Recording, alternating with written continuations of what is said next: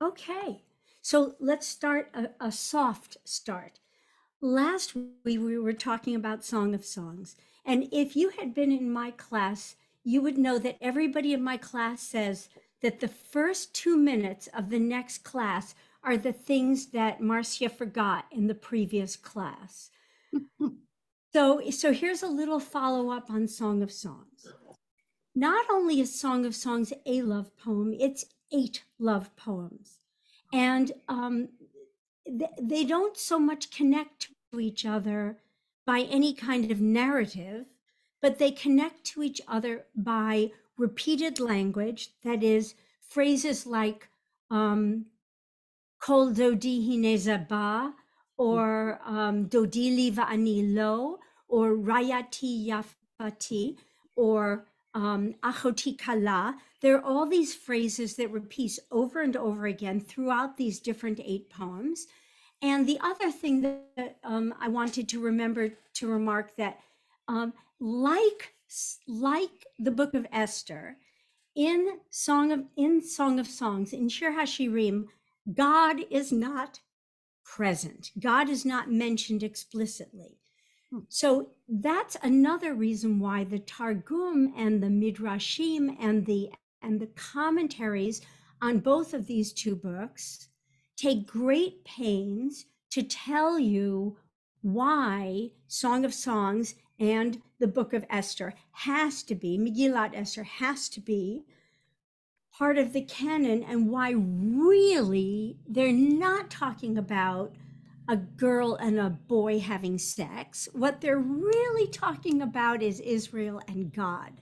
And the same thing that in Megillat Esther, the commentators will go to great pains to tell you that this is not really about, explicitly about Esther. It's about God functioning in a hidden way through different people, even functioning in a particular way through Ahasuerus.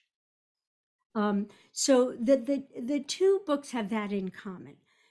So what I wanted to say about, before we look at the Book of Ruth, is that one of the most interesting things about the Book of Ruth is that God is explicit all over the book. So we're going to see a lot of discussion about how God's hand is working, is functioning. You can see the God pushing the elements of this story, having effect upon the people and upon the situations. God is explicit in the Book of Ruth. So now that we have kind of our core group of people here, I'd like to just say again, hello to everybody. I hope you're all having a beautiful Pesach, and it's a pleasure to see you all back here again. Today and next week, we're going to be talking about Megillat Ruth. And as I just said, God is very present in Megillat Ruth. The dating of the Book of Ruth is, most scholars say that it is post-exilic, meaning that it is in the period between about 500 and about 400 BCE, which is the Persian period, which is another reason to think about the Book of Ruth and how it connects also to Esther, in the sense that the Book of Esther is written after the Persian period, but it writes back to the Persian period. The Book of Ruth is written after the time of the Judges, because that would be about 1200 BCE, but it refers to the time of Judges. It says in the very opening, in the days when the judges judged. So just as I read the Book of Esther as satire and farce, and I read the Book of Ruth kind of educated by my background, which is as a storyteller. Many years before I ever thought of becoming Hazzan, I was a storyteller. I traveled all over this country and in Canada, England, Scandinavia, telling stories. And that was my profession. So when I looked at the Book of Ruth, I immediately saw that there were markers about it that place it as a folktale or a fairy tale. All right. So what we're going to be looking at, although it is possible to take the Book of Ruth apart in so many different ways, right? If I were a philologist, I would take apart the language. And in fact, I just went back to an old book, by which I mean a book that I've had for a long time, whose author is a philologist, and that's Jack Sassen's book, Analyzing the Book of Ruth. I had the pleasure of knowing and learning with Jack when I was a Hazzan in Nashville, and he has written a very, very, very scholarly, very well, scholarly. There's nothing better than that about the Book of Ruth. It's not easy reading, but it's fascinating. And so, if you have a taste for that, I highly recommend it. Professor Jack Sassen. So when I started talking about the Book of Ruth and Jack was listening to me talk about it, he said, "You know, it's very interesting that you should see it as folktale, because I understand how you would see that." So before we even look at the text, how would you know whether a story was a folktale or a fairy tale if you looked at it? Somebody puts something in front of you, it doesn't have a title, you start to read it. What tells you, what are the indications that it's a folktale or a fairy tale? Anybody can unmute and just put your 2 cents in. And they lived happily ever after. Right. So there are certain stock phrases, and they lived happily ever after. What's another one? Once upon a time, which you saw in the title of these talks. What else? What else? What about the people? How could you describe the people in fairy tales or folk tales? A beautiful maiden. Right. It's not like Catherine. That's not a name. The name isn't a name. The name is Beauty or Belle, or there was a maiden, or there was a young man, or there was a king, right? They never have specific attributes. They're never specific people. They are stand-ins for everybody. A prince. And a prince. You got to have a prince, right? And what else? What other things do you have to have in a fairy tale or a folk tale? Somebody who hasn't spoken, feel free to chime in.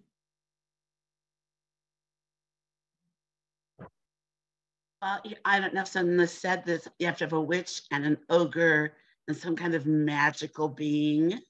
So you have to have, if you're going to have a hero, then you have to have a villain. Yeah. Right? Or something that is in opposition to our hero. And magic. Magic is necessary for fairy tales, not so much for folk tales, but certainly magic is essential for a fairy tale, right? So these are some of the things. Yes, Alan. A moral. Oh, a moral of the story. Thank you very much.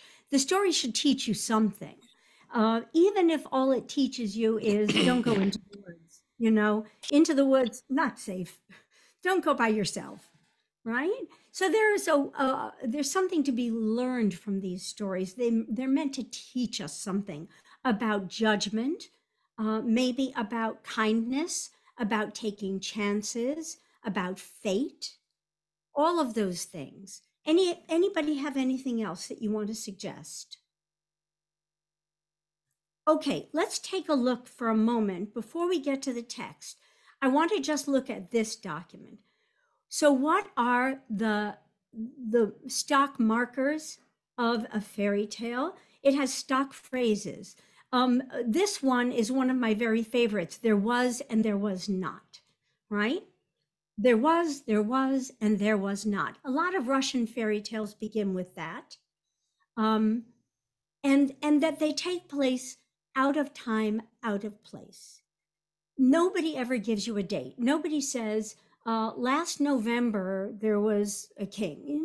They take place a long time ago in a certain kingdom over the hill, something like that. Definitely not now, not here. And the people are not exactly people, they're really symbols for something. A king, the girl, Cinderella, which is a name that actually means something, as beauty means something, it's an attribute. The people are less people and much more attributes. And their names tell us something about how they will behave or about their position or their status. And that magic happens in these stories. Magic objects, animals that talk, places with magical properties, like a cave or the hidden room or something of that sort. In some stories, magic is the unseen, the unlikely coincidence, something that just happens that you could not possibly have foreseen. So when we look at Ruth, here's what we're looking at. First of all, I need to get my pictures out of the way. I know that's a constant problem. Where is God? God is everywhere in this story. So at the very, very beginning of the story, it sets the stage. And instead of once upon a time, we have a different set of language in the days when the chieftains ruled, which is really already a kind of mistranslation of the text, because the text says, Vayehi bimei shvot hashoftim. And it so happened, it was in the days when the judges judged. So if we were going to translate this literally, it would say, and it was in the days when the judges judged. And then we have again this word vayehi. And it was that there was a fast, a famine in the land. What land? They don't tell you what land, but the land is taken to be the land. One phrase later, we're going to find out. A man of Bethlehem. What does Bethlehem mean? What does Bethlehem mean? House of bread. House of bread. House of bread, a place with lots of food. House of bread. In Judah, it tells us which of the two kingdoms it was. So we know that it's post, that somebody is giving us information about this that would not normally be available to us in Judah, right?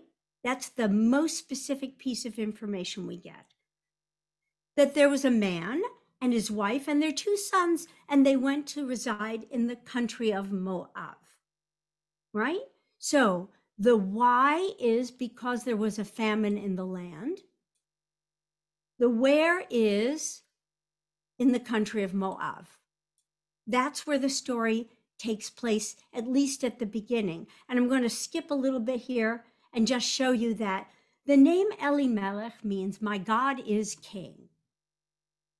And the commentators tell us that this indicates that Elimelech, that name is given to a man who is a prominent man, a man of substance, somebody who has a lot of money. So the question is, well, okay, so there's famine, but why is he leaving? Why is he leaving? Naomi means pleasant, and his two kids were Machlon and Chilion, whose names can mean plague and destruction. You can call them, since their names kind of rhyme, Machlon and Chilion, you can call them the frick and frack of this story. Nothing good is going to happen to Machlon and Chilion. And they come from Ephrat. They are members of the tribe of Ephrat, or Ephratim. And Rashi comments that this means that they were important people, all right? The man's name was Elimelech, and his wife's name was Naomi, and his two sons were named Machlon and Chilion. From the tribe of Ephraim, from the town of Bethlehem in Judah. That's as specific as anything in any fairy tale ever got. That's much more specific. And they come to the country of Moab, and Vayagor Sham, the Yihyusham, they were there, right? They were there. It doesn't tell us whether they're going to stay. It says they were there. And then again, the story does something that fairy tales and folk tales do. It compresses time. And the very next thing that happens is, whoops, Vayamot Elimelech. Elimelech died. And Naomi is left with her 2 kids. Okay? So just think of it. A pleasant woman, Naomi, is left with her 2 kids who are bad news. They're bad news. It's just nothing good is going to come of them. By the way, the commentators say that why does Elimelech die? Any thoughts, any ideas? Why does Elimelech have to die? Like right smack at the beginning of the story. And does it remind you of anybody else who dies rather precipitously?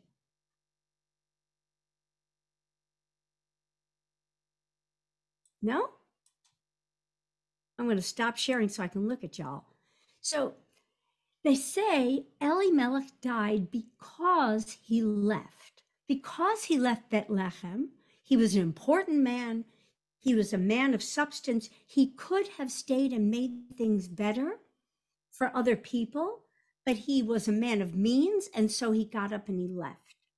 Now, there's another person in our in Tanakh who leaves the place where he is and goes somewhere else for no reason that's given. And that's Terach. If you think about Terach, Abraham's father, right? Terach leaves. He is on the road. He is going somewhere and he dies. He dies and he is buried on the road. He's buried like wherever they happen to be. So the commentators want to know, and this is how Midrash grows, the commentators want to know, well, wait a second, what is up with Terach that he dies so suddenly? And what is up, and why does Avram merit having this personal relationship with God? And from this speculation, from this questioning, this is where we get the Midrash of Terach and the idols. That Terach was a man who made idols and sold idols, and Avram, his son, was a kid who smashes idols. And we get that Midrash because the rabbis want to understand, what's bothering the rabbis. What's bothering the rabbis is, why does Terach die? And why is Abraham meritorious? Why does he deserve to have this relationship with God? In the same way, the rabbis say, well, Elimelech leaves when he could stay. He had the means to stay, but because he abandoned his people and he left, he dies. He dies. So now I'm going to go share again so that we can look at the text again. If anybody has questions, I see you're putting stuff in the chat. No, several hands are raised. Several hands are raised. Thank you very much. Please ask questions. I'm Sheila. Thank you. So I find this really interesting, especially in relationship to, if we're going to look at Joseph Campbell's archetype of the hero's journey. So to your question, why does he leave? I think we need to go back and go, wait, whose journey is this? Who's really the hero of this story? Well, right? We're not there yet, are we? But we are going to find out who the hero of the story is, and it most certainly is not Elimelech. No, but you also have to get rid of people in order for that character, that person to flourish. And then also, I think it's funny to me is that, part of the Joseph Campbell model is there's always a spirit guide that comes in and helps the hero. Well, there is just no bigger guide than God. That's true. You can't beat God. Okay. Alan, and then if somebody else has a hand raised. Hey, Ruth. Okay, Alan, and then. 2 quick things. Leaving the land for famine is a common theme. And there's always troubles when that happens, whether we're talking about Abraham calling his wife a sister, or Yaakov in Egypt, and then we have slavery, or the troubles with Lavan, but we got to Imahot from it. So the only one, Yitzchak, didn't leave the land. He had his own troubles. So there's maybe a moral in that. The second thing is, from storytelling point of view and compression of time, Terach could have died after a long time. It's just that's the lead-in to bring us to the next chapter. Right. This is the way folktales, fairy tales work. They're not going to waste a long time describing what happened. It's not the story they're trying to tell. So they're going to get them out of the way, so they can get on to the story. The story is not Elimelech. He's not the issue here, right? Ruth. I thought it was interesting. He's a great man. He's a great man in Bethlehem. He goes to Moab, which is a foreign country. Who knows him? It kind of reminds me of the refugees that come from Russia or Ukraine who were doctors and lawyers, and they drive trucks or cabs here, Right. And maybe he could not really exist. He didn't have status, and it may have taken a toll on him there. But also, I think those other reasons were wonderful. Well, Ruth, I know that you have a folk fairy tale kind of background going, but so I think that we begin to, anybody can analyze anything any way they want. But if we look at this as a folk tale, then the reason that Elimelech died is because the story doesn't need him. That's true. The story just wants to get rid of him, right? And who's the next one who's going to croak? Machlon Chilyon. I'm going to shift and show us Sepharia just so that we can follow the text together. Okay. So here we are. And I'll just point out that the translation that they're using is the JPS translation of 1985.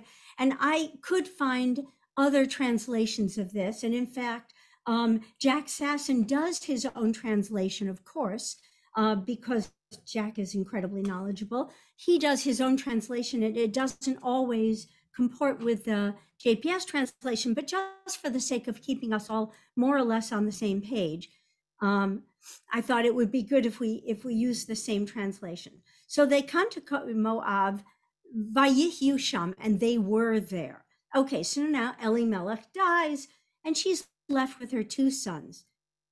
And they marry Moabite women, one named Orpah. The word Orpah can come from the back of the neck, the nape of the neck, and it kind of foreshadows the fact that Orpah is going to turn around and leave.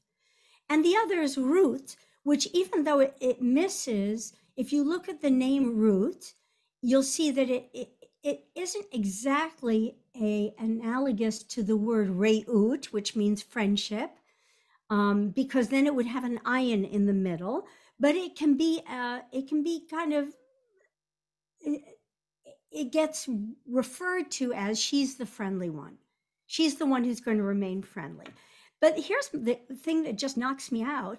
Vayeshvu sham ke'eser shanim.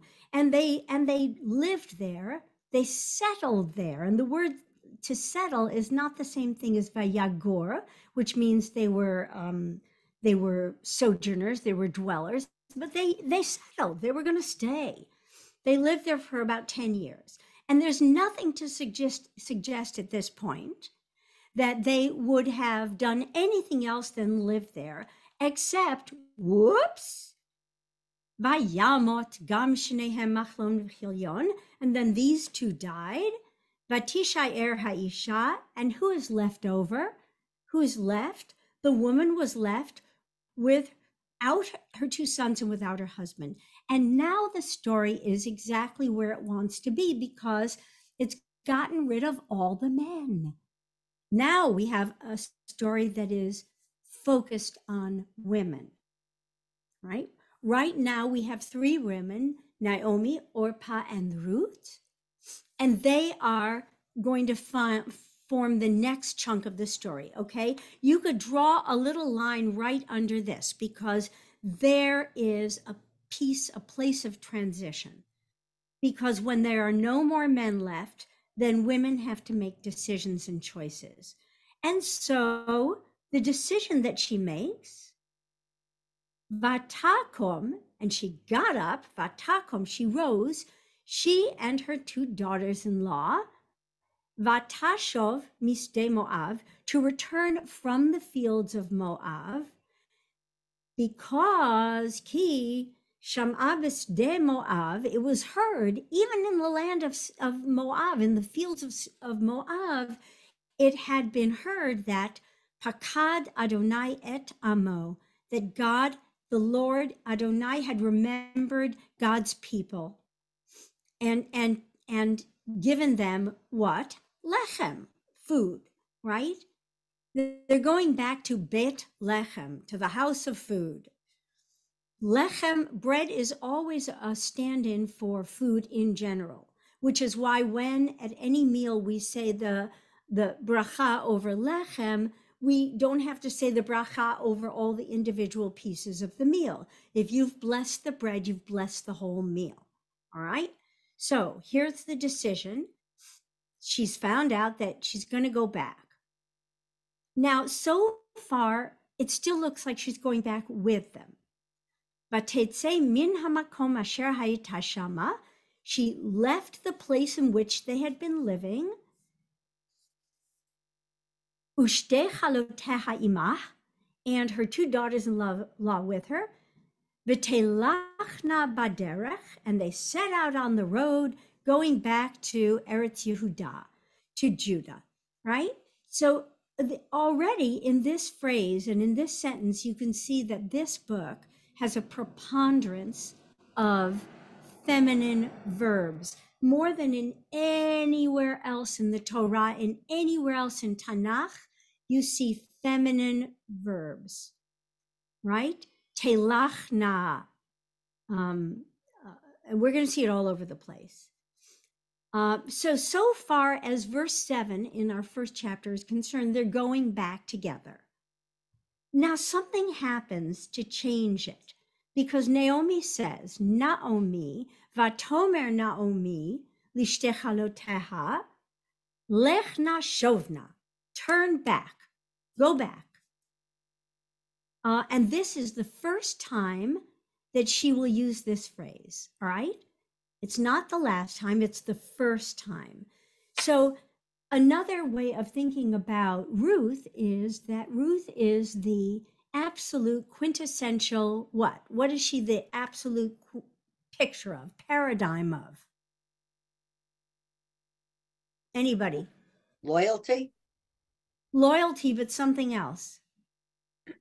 She's like her daughter. She's like the really good daughter who loves her mother very much. Exactly. She's the very good daughter, but she's also something very specific. And it really is the focus of the Book of Ruth and why it exists. She is the epitome of the perfect convert, of the perfect Jew by choice, right? Everybody who converts in the name of Ruth. They say, your people shall be my people, your God shall be my God. These are the most prototypical things. So Ruth is the convert par excellence, right? And what do rabbis do to somebody who comes and wants to convert? What does a rabbi say when somebody says, Rabbi, I'm interested in becoming Jewish, I really want to become Jewish? What do they say? They say, are you sure? Or something like that. And go back. Yes. Back to your own people. Go back. How much do you know your own religion? Go back. Study your own religion. Don't be so fast to do this. And there is a thinking that, at least certainly in Orthodox circles, how many times do you get denied? 3. 3 times. Very good. So this is the first time, right? This is the first time. Turn back, each one of you, to the house of your mother. You realize how interesting it is that it doesn't say to your father's house, right? Everywhere else in the Torah, where we send a woman back or we send a woman away, we return her to her father's house. But in this one, we say, Levet imach, to your mother's house. And may Adonai Hashem, God, deal with you b'chesed, with kindness, ka asher asitem im hametim ve'imadi, just as you have treated with kindness the dead and me. So what could they have done to have dealt kindly with the dead? It's just an interesting thought. Well, they were in Moab, so it may be that they found a way to give them a proper Jewish burial. Right. So when somebody is buried according to Jewish law, then we say that that is an act of chesed shel emet, that it is the truest kind of kindness because it can't be repaid, right? Nobody says that the person for whom you have done that kindness can't say thanks, right? So a burial, to bury respectfully somebody, is chesed shel emet. Ruth? And you also don't do it with an ulterior motive of getting repaid or thanked. Right. It's You do pure. it's pure chesed. Yeah. Pure kindness, right? And the chesed that they have done for Naomi, they stay with her, right? They haven't abandoned her. They haven't walked away. But there's something else that's not spoken, but that is implicit in this, and we're going to see it later. Okay? Naomi goes on to say, Yitain Adonai lachem umtsena menucha. The translation here is, may you each find security, but the word that's used in the Hebrew is menucha. Menucha is rest, relief, relaxation. May you find menucha. Isha beit isha. Each woman in the house of a husband, her husband, right? Go get married. Go get married. Vatishak lahem, and she kissed them. Vatisena kolam, and they raised up their voices. Vativkena, and they wept. And they wept. And then they say to her the first words that we hear from them, and they say to her, no, no, no. Ki itcha nashuv la'amech. We're going to go back with you to your people. We're not going to go back to our mother's house. We're going to go with your people. So what are their motives, either for or against returning with Naomi?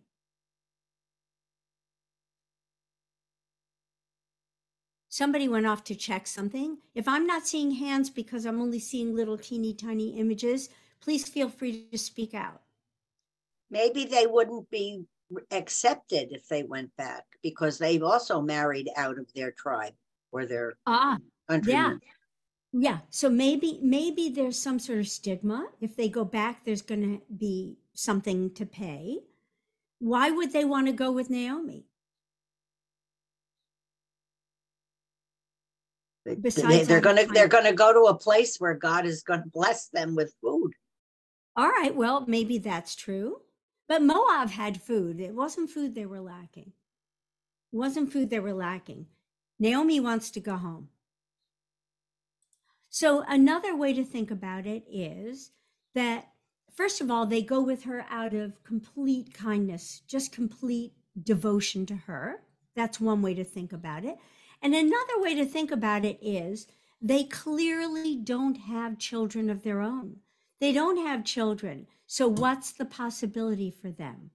It isn't spoken about until much later, but what's the possibility? Naomi has no children left. Her daughters-in-law have no children.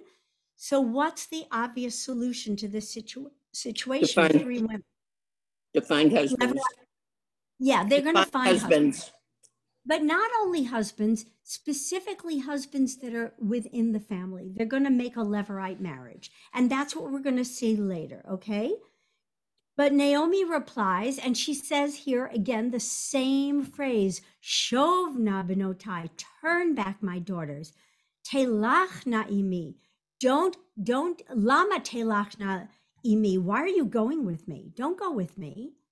Because I can't give you a Levirate marriage. I don't have any more sons to give you, right? the biggest example of a Levirate marriage, and we're going to talk about it sort of in connection with this, is Tamar, right? Tamar and Judah. Tamar marries each of Judah's two oldest sons, and they both die. And so, according to the laws of a Levirate marriage, Tamar is entitled to Judah's third son, the young one. But he doesn't want to give the young one to her because, you know, like maybe she's a bad luck kind of person. So Judah holds off and he holds off and he won't give her. He says, go home to your father's house. And, you know, when this one grows up, then we'll talk. And she goes and she waits, but nothing happens. And so what happens? She has to go get for herself what she is entitled to. She's entitled to a child from the line of Judah. She's entitled to that. So she dresses herself up. This is like, this is the other fairy tale, folk tale that we're talking about in conjunction with Ruth. Tamar dresses herself up. So she's in hiding, she's disguised. And she waits at the crossroad where she knows that the guys are going. And she looks like a Kadesha, which is a holy prostitute. She looks like a Kadesha. And so, you know, they let her in. So Judah goes with her. Judah goes with her. And that's how she becomes pregnant. And that's how we get a connection to this story. So I don't want to go there too far, but that's going to come in later. We're going to see that as a connection to this story. I'm a little out of order, but don't worry about it. Here's the second return. Naomi says to them, go back, turn back. This is her second refusal, like a good Rav saying, you know, go back to your people. Because listen, I got no more kids. I would give them to you if I had them. But then go back. She says it again, turn back. Shovna benotai. Because I'm too old. And even if, and this is, I think, the funniest thing, she says, look, let's just dream. Let's dream the impossible. Even if I got married tonight and on my wedding night, I conceived and the kid grew up. By the time this kid grows up, you're too old to marry him. Don't be ridiculous. If you waited for them, it would be crazy. Should you therefore be deprived of marrying? No, that's ridiculous. And then she says this phrase, Ki marli meod mikem, I am more bitter than you. You've lost your husbands, but I've lost my husband and my two kids. I am more bitter than you. I am more bitter than you. And there's this play on the word Naomi, Naomi, Naim or Naam means pleasant, and Mar, as we have all learned at the Passover Seder, Mar means bitter. And why am I bitter? Because God struck me. God has made my life bitter. Okay? And they all wept and wept and wept, right? She has now said turn back 3 times. She's now said shovna, turn away. They broke into weeping, and Orpah kissed her mother-in-law farewell. Orpah turns away, turns the back of her neck. Virut davka bach. But Ruth clung to her. And the word davek or davka, it means to cling, but it also means, and this is really something to sort of keep in mind for the rest of the story. The word davek or davka means sticky. In modern Hebrew, it's the word for tape. You know, it's sticky, like glue. Ruth sticks to Naomi like glue. So she's a pleasant girl. She's a sweet kid and a good and kind girl, but she's also a little sticky. You know, maybe Naomi would have preferred that she left, but hey, she said, look, Orpah is left. Your sister-in-law has returned to her people and her gods. Go back, follow your sister-in-law.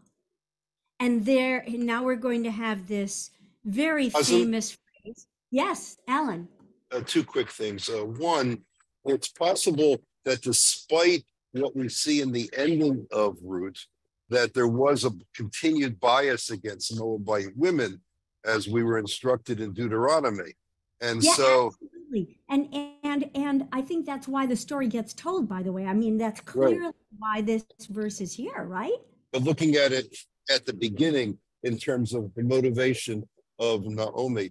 The second thing is, while you're on that word, that's a very important word because it's used first after in the Garden of Eden, that the woman will cling to her man.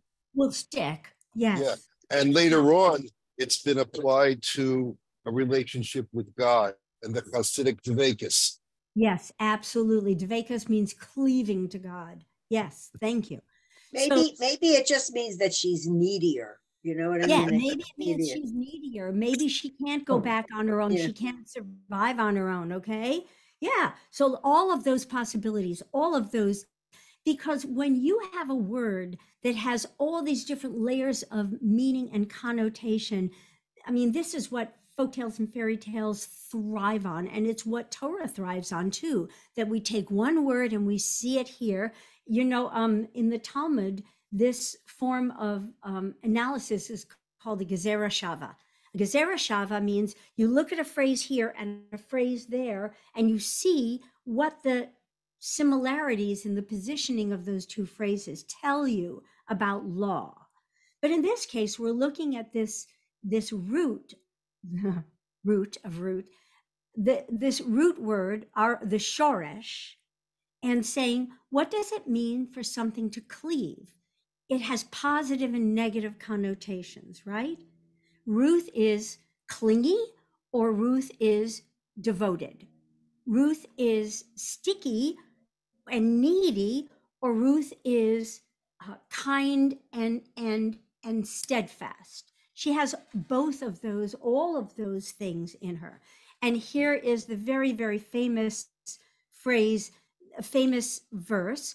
And there's a gorgeous, you know what? Next time I will pull up the music by, oh my gosh, my brain just froze. It's okay. There's a gorgeous setting of this. I'll pull it up and I'll play it for you next time. Vatomer Ruth, and Ruth said, Al tifge'i le'ozvech, lashuv me'achorayech, ki el asher telchi elech, because where you go, I go. Uva asher talini alin, and where you dwell or lodge, so shall I. Amech ami, velohayech Elohai. Your people will be my people, and your God, my God. Ba'asher tamuti amut, where you die, I will die. So that, you see, not even death is going to part her from Naomi and Naomi's people. She's not stuck to her husband's place of death and burial. She's stuck to Naomi. Visham ekaver, and there I shall be buried. Ko ya'aseh Adonai li v'cho yosif, ki hamavet yafrid beini uveinech. That whatever is your fate, whatever God is going to do to you, may that be my fate as well. So Ruth links her fate to Naomi. All right. And that's when, just as a good rabbi would say, I see that you are sincere in your desire to convert. That's when Naomi says that Ruth is determined. Mit ametzet. She is determined to lalechet itach, to go with her. And she stops arguing. And the two walk on until they reach Bethlehem, the place of bread. And there, you have to imagine, Bethlehem, the entire place knows Naomi. And remember that I said that the beginning of the story, we get rid of the three guys, right? Elimelech, dead. Machlon and Chilion, dead. Now, the story even expands with men. With women, with women. The whole town is abuzz, and the women say, oh, look, there's Naomi. Remember, she's been gone more than 10 years, right?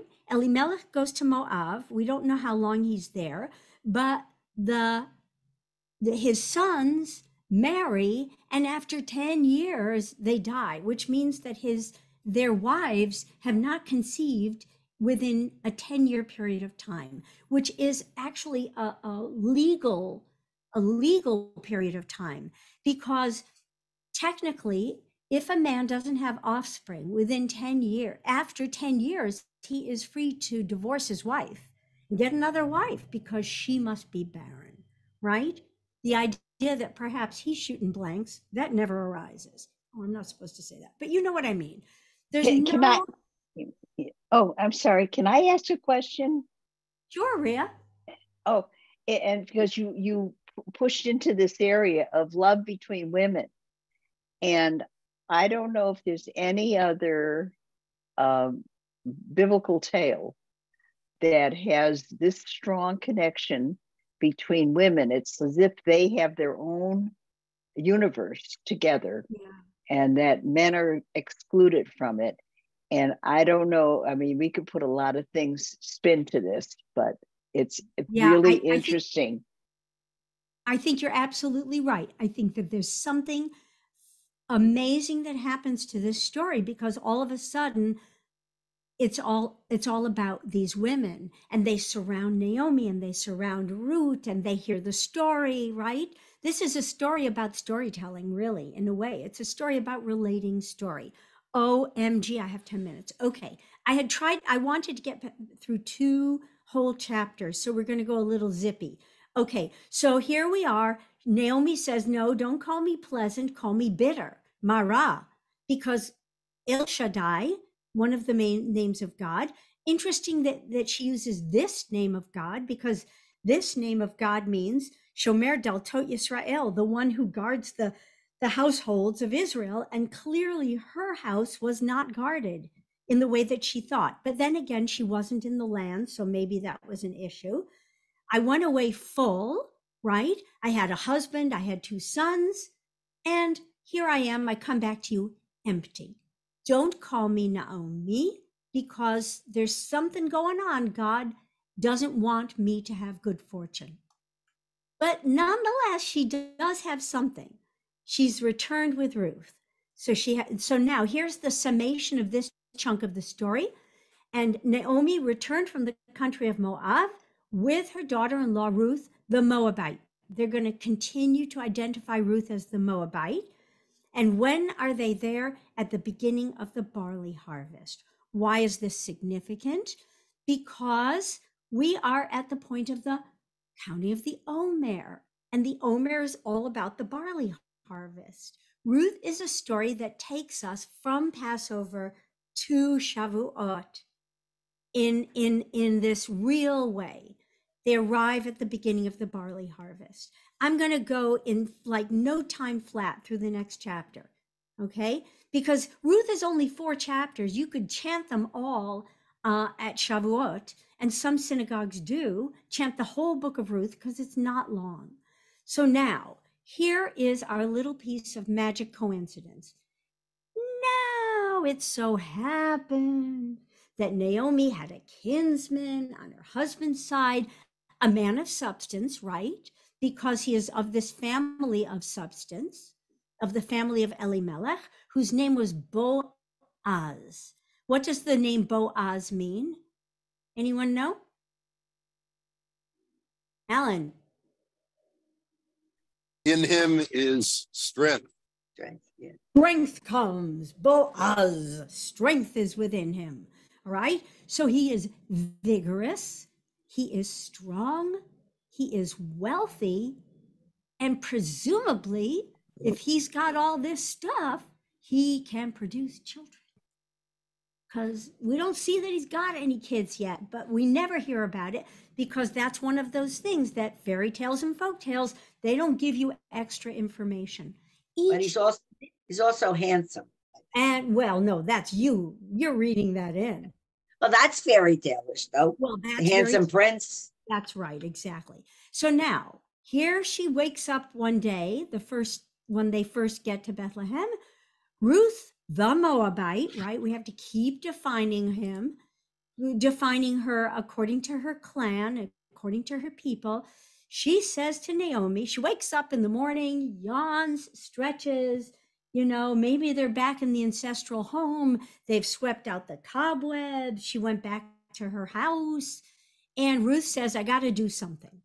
I would like to go into the fields and glean, because it's the barley harvest. There's got to be food, and we could use some food. And what do I want? I want somebody who may show me chesed, who will show me chen. Asher emtza chen be'einav. This is one of those repeated phrases, right? In the Torah, Moshe says to God, if I have found favor in your eyes.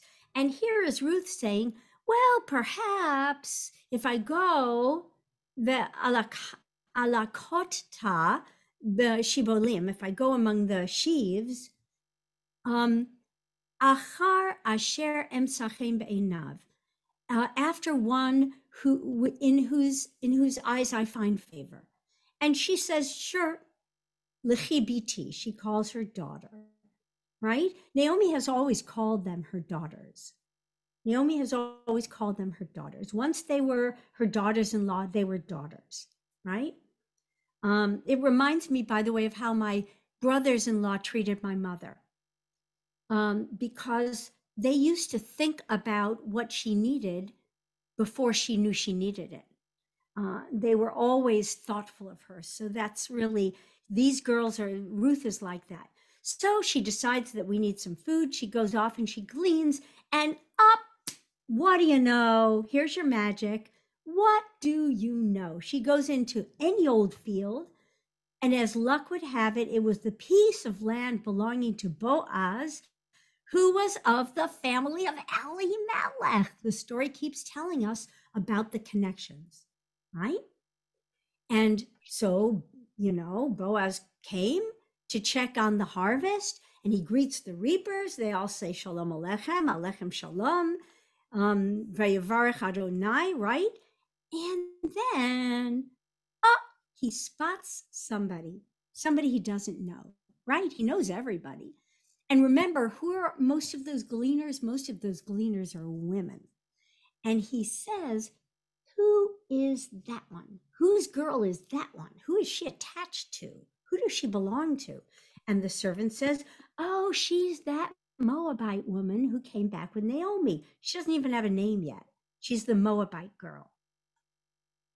And she said, please, right? She asked politely, please let me glean and gather among the sheaves behind the reapers.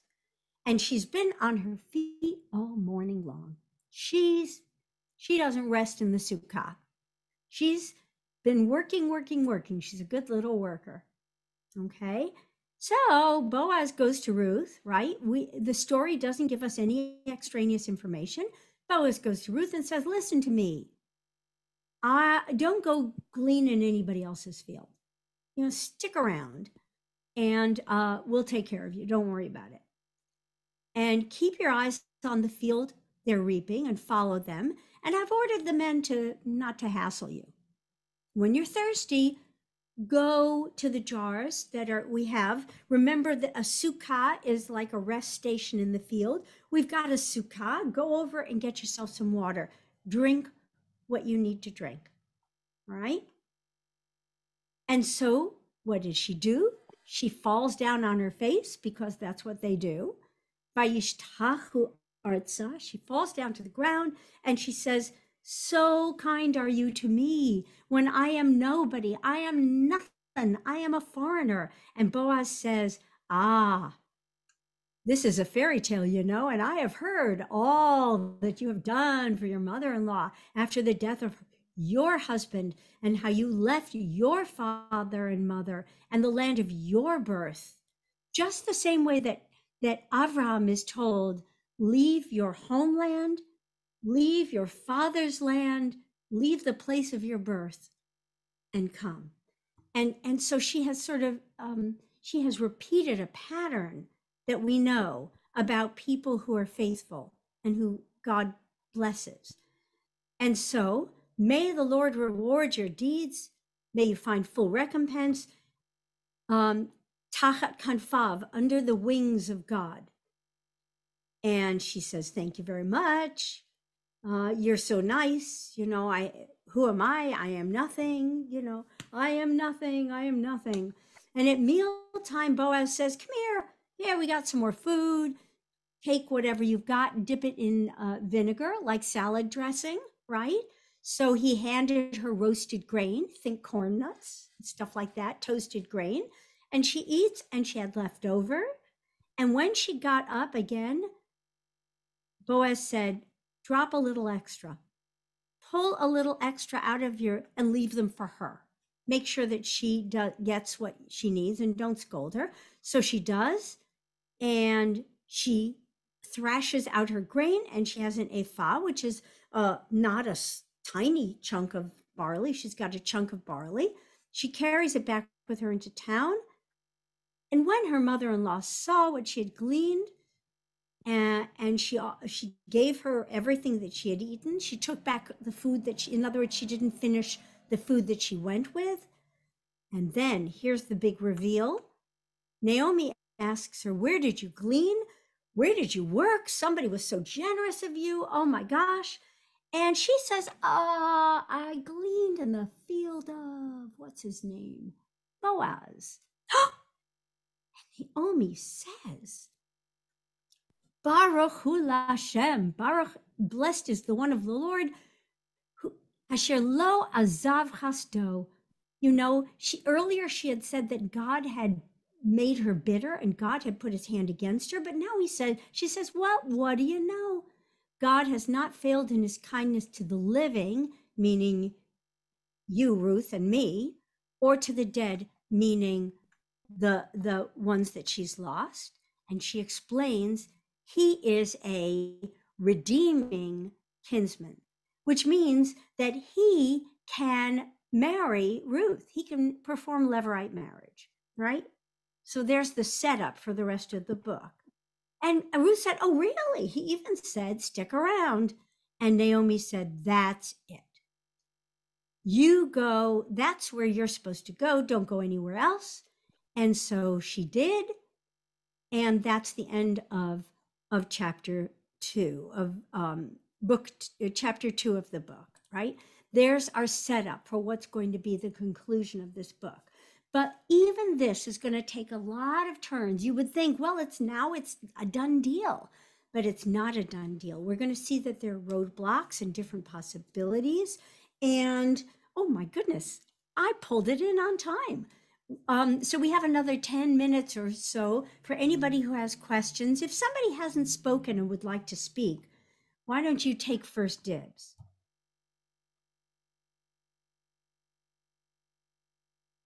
I'll just wait. It's such a moment because you know that Ruth and Boaz are destined for each other, but just the same way that you would know that the young prince and the maid are destined for each other, but they can't get there yet. They can't get there yet. All right, Rhea, and I've spoken before, but I just wanted to ask. This has always bothered me, or not bothered me, but entered my mind of what's the answer, and it has to do with Moabites, and so they've always been considered. I don't know how when the Jews have viewed Moabites as being evil, and was this written before that became? Oh, it's in the Torah where God tells Moshe, don't marry into, you're going to pass through these different countries, And it's an Well, interesting. and yeah, and they're really enemies. They're horrible enemies. Well, So how? you know, the thing is, I don't know if you can say they're horrible enemies, because where does Moshe go when he's fleeing from Pharaoh, when he's afraid that he's going to get taken up for murdering the Egyptian? He flees to Moab. Yeah. I mean, so there are lots of back and forths about Moab. It's not like they're the enemy. It's like there's some prohibition. Alan. Yeah, just so this is the illegitimate, one of the illegitimate children of Lot. But when when Yitro was involved, that was before the Moabites episode of Baal Peor, when they led us astray. Right, that's Korah. That's much later, much later. But so there's first of all, if you say that this child comes from Lot, is one of those illegitimate kids of Lot, where his daughters are playing around, that it still means that we're all part of the same tree, right? It's a different branch, and it may even be a sort of crooked branch, but it's still part of the tree.